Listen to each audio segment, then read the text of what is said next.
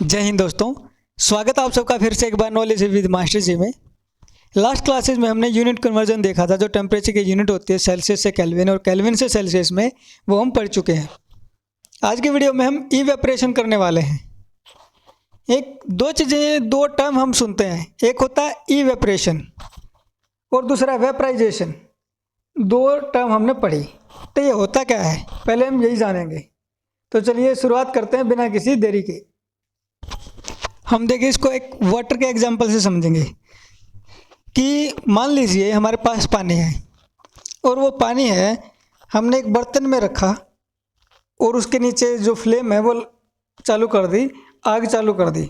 उससे क्या है, वो पानी बॉयल होने लगा, बुलबुले बनकर उबलने लगा और जैसे ही वो वेपराइज होने लगा, यानी कि उससे भाप बनकर वो उड़ने लगा। तो इस तरह जब वो बॉयल होकर उबल कर जब वो वेपराइज हो रहा है, उसको बोलते हैं वेपराइजेशन। ठीक है, वेपराइजेशन। लेकिन कई बार ये आपने देखा होगा कि हर केस में ज़रूरी नहीं है कि कोई वस्तु है वो भाप बन रही है बॉइलिंग पॉइंट पर जाकर, यानी कि पानी ही मानकर चलते हैं। जैसे कि तालाबों में आपने देखा होगा, तालाब भरे पड़े रहते हैं या कोई पौंड है, इसमें पानी भरा पड़ा है और इस तालाब में आप देखेंगे कि अगर ये पौंड फुल भरा है, एक महीने बाद अगर अच्छी गर्मी चल रही है तो एक महीने बाद इसका जो पानी है वो कम हो जाएगा। वो कहाँ गया पानी? वो बन गया भाप। भाप बनकर वो पानी उड़ गया। तो भाप बना तो क्या वो 100 डिग्री सेल्सियस पर उबलकर भाप बना है? तो हम कहेंगे नहीं, क्योंकि वो 100 डिग्री सेल्सियस पर तो कभी कोई तालाब का पानी उबलता नहीं है, इतना टेम्परेचर तो नहीं होता है तालाब का। हाँ, गर्म पानी ज़रूर होता है, जो भी सरफेस का जो पानी है वो गर्म होता है, लेकिन 100 डिग्री सेल्सियस का टेम्परेचर नहीं होता है, उससे कम होता है। यानी कि जिसका जब कोई लिक्विड उसके बॉइलिंग पॉइंट से, यानी कि वाटर का जैसे 100 डिग्री सेल्सियस होता है, उससे कम टेम्परेचर पर वेपराइज हो जाता, भाप बन जाता है। यानी ये मान लीजिए तालाब का पानी का टेम्परेचर 20 डिग्री सेल्सियस हो गया, या आप कहिए कि 40 डिग्री टेम्परेचर हो गया इसका। तालाब का पानी का टेम्परेचर 40 डिग्री और 40 डिग्री पे वो भाप बनकर धीरे धीरे उड़ रहा है, तो उसको क्या वो बोलेंगे? उसको बोलेंगे इवेपोरेशन। यानी कि 100 डिग्री से कम टेम्परेचर पर जब कोई वेपराइज होता है लिक्विड, यानी कि वाटर होता है खासकर बॉइलिंग पॉइंट से उसके, तो उसको बोलते हैं इवेपोरेशन। और जब बॉइलिंग पॉइंट पर जाकर कोई वस्तु वेपराइज होती है, भाप बनती है, तो उसको बोलते हैं वेपराइजेशन। ठीक है, और बॉइलिंग पॉइंट से कम टेम्परेचर पर जब भाप बनती है तो उसको बोलते हैं इवेपोरेशन। अभी चलते हैं टॉपिक पर कि do we always need to heat और change pressure for changing the state of matter. कहता है कि अगर हमें किसी भी मैटर की स्टेट को चेंज करना है तो क्या हमें हमेशा उसको हीट करना पड़ेगा या उसके प्रेशर में चेंज करना पड़ेगा? ये ज़रूरी है। इसके आगे कुछ और कहता है कि वाटर व्हेन लेफ्ट अनकवर्ड, जब पानी को हम कवर नहीं करते, slowly change it's into vapour, तो वो धीरे धीरे क्या है, वेपर में कन्वर्ट हो जाता है। जैसे अभी एग्जांपल दिया आपको, जो तालाब का किसी भी पौंड होता है वो अनकवर होता है, तो वो धीरे धीरे क्या है, वेपर में कन्वर्ट हो जाता है। तो इसके अलावा जैसे कि आगे बात करें, कहता है वेट क्लॉथ ड्राई अप, गीले कपड़े हम सुखाते हैं वो सूख जाते हैं। उनके अंदर जो पानी होता है, कपड़ों में जो पानी है वो कहाँ गया? क्या आप कुछ बता सकते हैं?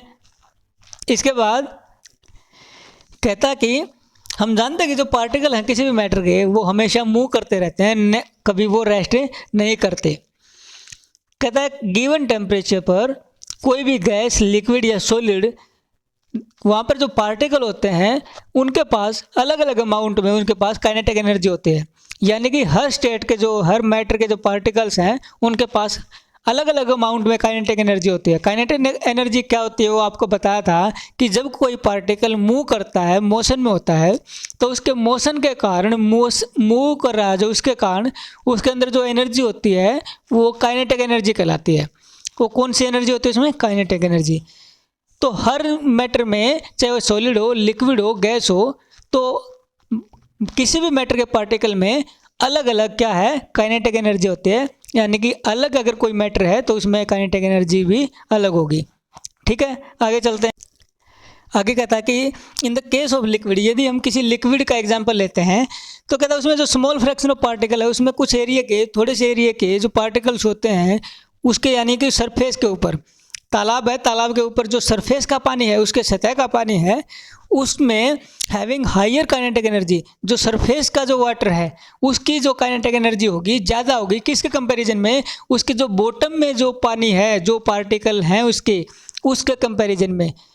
इससे क्या होगा, वो क्या है, जो ऊपर ज़्यादा काइनेटिक एनर्जी है उसके कारण वो ब्रेक कर देगा from the force of attraction, जो उसके पार्टिकल्स के बीच में जो फोर्स ऑफ अट्रैक्शन था वो पहले ज़्यादा था, अब वो क्या है, काइनेटिक एनर्जी ज़्यादा हो गई तो वो क्या है, उस फोर्स ऑफ अट्रैक्शन को तोड़ देगा, जिसके कारण क्या है, फोर्स ऑफ अट्रैक्शन कम होते ही वो जो पार्टिकल्स हैं वो वेपर बनकर उड़ने लगेंगे और गैस में कन्वर्ट हो जाएंगे। यानी कि सबसे पहले जो सतह का जो पानी है वो वेपराइज होता है, उसकी काइनेटिक एनर्जी ज़्यादा होती है कंपैरिजन में जो सतह के नीचे का जो पानी होता है। अगर सतह के नीचे का पानी का जो काइनेटिक एनर्जी और ऊपर सतह की जो काइनेटिक एनर्जी है, सरफेस की काइनेटिक एनर्जी बराबर हो, तो जो नीचे का पानी है सतह के, वो भी उसके सतह के पानी के साथ ही वेपराइज होने लगेगा, उड़ने लगेगा। लेकिन ऐसा होता है नहीं, हमेशा पहले सरफेस का जो पानी है वही वेपराइज होता है। ऐसा क्यों? क्योंकि उसके पास काइनेटिक एनर्जी ज़्यादा होती है, जिसके कारण जो फोर्स ऑफ अट्रैक्शन है वो पार्टिकल के बीच में वो टूट जाता है और वो भाप बनकर उड़ने लग जाता है, गैस बन जाता है। कहता है this phenomena of change of liquid into vapours at any temperature below its boiling point is called evaporation. कि कहता है कि इवेपोरेशन क्या है कि बॉइलिंग पॉइंट से नीचे किसी भी टेम्परेचर पर लिक्विड वेपर में कन्वर्ट हो जाता है तो उसे बोलते हैं इवेपोरेशन। जो स्टार्टिंग में ही आपको बताया गया था कि बॉइलिंग पॉइंट किसी भी जो पार्टिकल है उसका बॉइलिंग पॉइंट अलग अलग होता है, लेकिन जब बॉइलिंग पॉइंट से कम टेम्परेचर पर कोई पार्टिकल है वो वेपर बन जाए तो उसको बोलते हैं इवेपोरेशन। अभी देखेंगे कि जो फैक्टर हैं वो कौन से फैक्टर हैं जो अफेक्ट करते हैं इवेपोरेशन को, इवेपोरेशन पे कौन कौन से फैक्टर्स का इफेक्ट पड़ता है। तो चलिए नेक्स्ट चलते हैं। सबसे पहले में दिया गया है कि हमने ऑब्जर्व किया कि रेट ऑफ इवेपोरेशन है वो बढ़ जाता है। कब बढ़ता है? जब हम पहला इंक्रीज कर देते हैं किसी के सरफेस एरिया को। तो सरफेस एरिया को इंक्रीज यानी कि मान लीजिए हमारे पास एक टब है, टब में पानी है, इसमें हमने 10 लीटर 15 लीटर पानी डाल दिया, और एक हमारे पास पॉन्ड है, तालाब है, उसमें पानी है। आप जानते हैं तालाब में बहुत सारा पानी होता है। अभी हम ये चेक करते हैं कि सुबह हमने 8 बजे टब को भी धूप में रख दिया, पॉन्ड होता ही धूप में है, तो क्या है कि सुबह 8 से लेकर शाम को 5 बजे तक जब तक सूर्य रहता है यानी कि फुल गर्मी में, तो वो क्या शाम तक मान लीजिए टब से 100 ml पानी भाप के रूप में बनकर उड़ गया, तो क्या ये जो हमारा पॉन्ड है, तालाब है, उससे भी 100 ml ही पानी उड़ेगा? इतना ही बनेगा? नहीं, इस पॉन्ड में से हो सकता है 10 लीटर 5 लीटर या 20 लीटर पानी यहाँ से निकल जाए। कहाँ से? पॉन्ड से। यानी कि पॉन्ड से 20 लीटर के आसपास निकल गया, यहाँ से 100 ml ही निकला। ये है लीटर, ये है मिलीलीटर, ठीक है। तो ऐसा क्यों हुआ? क्योंकि जो पॉन्ड का जो सरफेस एरिया है वो बहुत ज़्यादा बड़ा है, और जो टब है वो उसका जो सरफेस एरिया है वो छोटा है। छोटा होने के कारण उसमें क्या है, जो उसका वेपराइजेशन कम हुआ, और जो इसका जो सरफेस एरिया ज़्यादा होने के कारण क्या है, इसका वेपराइजेशन ज़्यादा हुआ, इवेपरेशन ज़्यादा हुआ। तो इससे क्या समझ आया कि जितना बड़ा जिसका सरफेस होगा उसका अगर हम सरफेस इंक्रीज करेंगे उससे क्या होगा, उसका जो रेट है इवेपरेशन का वो भी बढ़ जाएगा। यदि सरफेस एरिया कम होगा तो इवेपरेशन का रेट है, दर है, वो भी कम रहेगी, इवेपरेशन कम होगा। जो दूसरा एग्जांपल है, चलिए इसमें एक और एग्जांपल इन्होंने दे रखा है। इसमें दे रखा है कि जो अगर एक एग्जांपल है कि कपड़े अगर हमने सुखाने डाले और हमने उनको देखते हैं कि रस्सी पर जब हम डालते हैं तो उनको कपड़ों को फैला कर डालते हैं ताकि वो क्या है, उस पर धूप अच्छे से लगे, ज़्यादा कपड़े पर धूप लगे और वो जल्दी सूख जाए। लेकिन हम मान लीजिए उस कपड़े को हम ऐसे फैला कर के बजाय इकट्ठा करके एक साथ फोल्ड करके उसको रख देते हैं वहाँ पर धूप में, तो क्या उतनी जल्दी सूखेगा जितना हमने उसको फैला कर रखा था? नहीं। इसका रीज़न क्या है? क्योंकि हमने जब उसको फैलाया तो उसका जो सरफेस एरिया है कपड़े का, वो सरफेस एरिया बढ़ गया, और सरफेस एरिया कपड़े का बढ़ गया तो वो जल्दी सूखेगा, वेपराइज ज़्यादा होगा। और जब हमने उसको फोल्ड करके ऐसे ही रख दिया तो उसका जो सरफेस एरिया वो कम रहता है, और जिसके कारण वो इवेपरेट कम होगा और देरी से सूखेगा। तो नेक्स्ट चलते हैं। नेक्स्ट की जो अगर किसी की टेम्परेचर बढ़ा देते हैं हम, तो उससे क्या है, टेम्परेचर बढ़ाने से उसकी जो काइनेटिक एनर्जी है वो बढ़ जाती है, और काइनेटिक एनर्जी बढ़ेगी तो उससे क्या है, वो लिक्विड है वो वेपराइज हो जाएगा, गैसी स्टेट में आने लगेगा। तो उससे क्या है, वो कोई जो भी हमारे पास लिक्विड है वो जल्दी है, या कपड़े हैं तो वो जल्दी सूखेंगे, यानी कि जो पानी है वो वेपराइज ज़्यादा से ज़्यादा होगा अगर हम उसका टेम्परेचर बढ़ा देते हैं। तो ये किसके कारण है? टेम्परेचर के इंक्रीज करने के कारण भी रेट ऑफ इवेपरेशन बढ़ जाता है। नेक्स्ट है कि यदि हमने रेट ऑफ इवेपरेशन बढ़ाना है तो हमें क्या करना पड़ेगा, ह्यूमिडिटी को कम करना पड़ेगा। ह्यूमिडिटी क्या होती है? हवा में प्रेजेंट, एयर में प्रेजेंट जो वाटर वेपर होती हैं, वाटर की जो ड्रॉप होती हैं, वह भाप के रूप में वाटर होता है ना जो, वो हवा में मौजूद होता है, और जब वो जो हवा में मौजूद वाटर वेपर होती हैं उसी को बोलते हैं ह्यूमिडिटी। और जो वाटर वेपर होती हैं हवा में एक डेफिनेट अमाउंट होता है कि आप ये किसी भी टेम्परेचर पर, यानी 30 डिग्री सेल्सियस टेम्परेचर पर, 35 डिग्री सेल्सियस टेम्परेचर पर हवा में इतने लीटर पानी, इतने जो पानी है वो ही उस पे होल्ड किया जा सकता है। तो वो एक डेफिनेट होता है, उससे ज़्यादा वो हवा है जो उस पानी को अपने पास नहीं रख सकती।